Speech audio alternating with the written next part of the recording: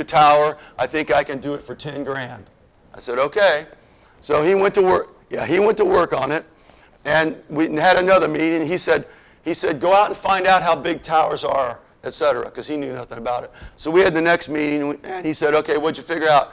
And someone at the meeting said, well, so-and-so school has one that's 30 feet tall. And he said, okay, ours will be 32. And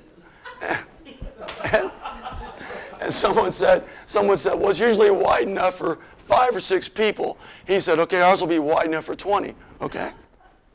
So it went on. It was supposed to be done a year ago. And it went on and it didn't get done. And we were all hyped that last year. And at some point, like a week and a half before the season was over, there was a rumor going around they're going to put the tower up next week. Well, it never did happen. So then nothing happened. Around Christmas time, someone sent me pictures from the Great Dane trailer plant in town. And there's all this stuff laying down in the middle. And they said, we can't get anything done because your stuff's in our way. And I didn't know what they were talking about. 2 weeks before school was over, about 5 police cars and 2 matching semis pull into the band parking lot because everything in town's a big deal when it comes to the band. They couldn't just bring, it came in 2 pieces, this half and this half. The stuff in the middle had to be constructed. And they couldn't just bring it out on 2 semis. They got a police escort and shut down town. So the semis with the band tower wouldn't have to stop at a light. Of course, you can imagine all the English classes were looking out the window going, what is going on? These police cars with lights flashing, escorting steel into the parking lot. Yeah. Then we have a thing in town called PDF, which is Process Design Manufacturing. And it basically is a Purdue student from Brazil, Indiana, who figured out how to recycle car batteries using a garbage truck. That's the basic part of the story 30 years ago. Using a garbage truck, he figured out how to recycle car batteries. There is now a worldwide construction company, and if you've seen those shows like Food Network, where somehow they figure out to send the biscuit down the line and put chocolate on it and bring it around and send it out and put a wrapper on it, they make that stuff.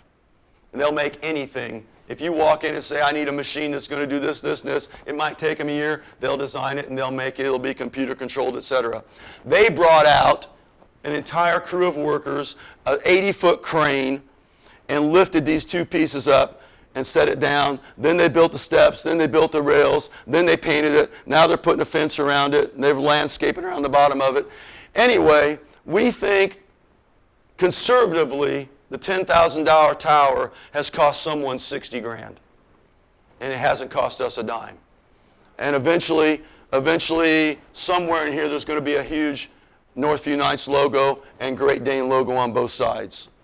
And that's, as Gary said, I've stayed in one place 37 years. That is the benefit of that. It did take 37 years.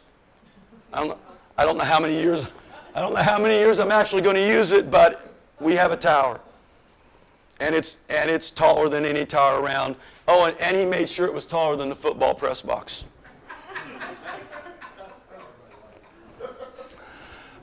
So wrap up, the community support is incredible. I've been in the town 37 years. That's good and bad. I'll be honest with you, that's good and bad. I can walk into any business in town and talk to the owner, first name basis, and ask for something or at least get treated well, etc. I'm not on ego trip, but I know everybody in town, and they all joke, there's the mayor. At the same time, though, I've made everyone in town mad at least once, and you got to deal with that too. My old superintendent, who was a wonderful superintendent, one time called me in and said, Bob, no one ever stays anywhere more than 7 years because you make a third of the people mad the first year, a third the next year, a third the next year, and by the time 7 years is up, you need to run. And we've outlived that, so I guess that's a compliment, although it's a risk you take. And to be totally honest, Gary said it's great staying somewhere. There's also, I think, sometimes maybe I've missed a little fire that if every 10 or 15 years I went to a new job with a new set of challenges, I may have re-energized myself.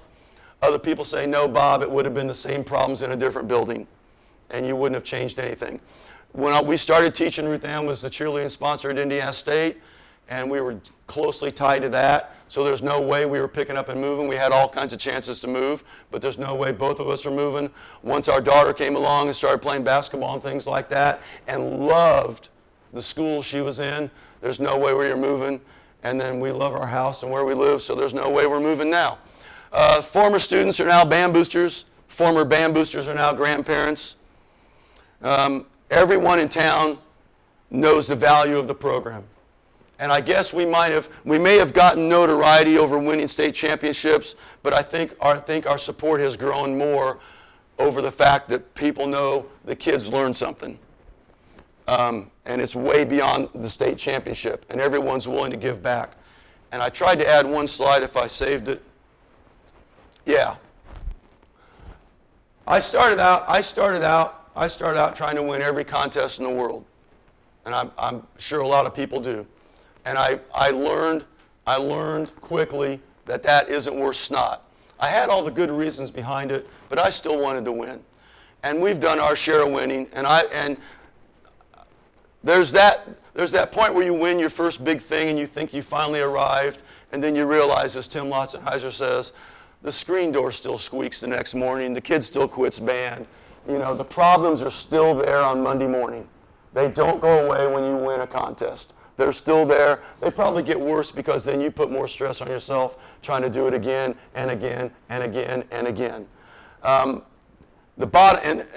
We jokingly, over the past few years, and the kids are with us on this.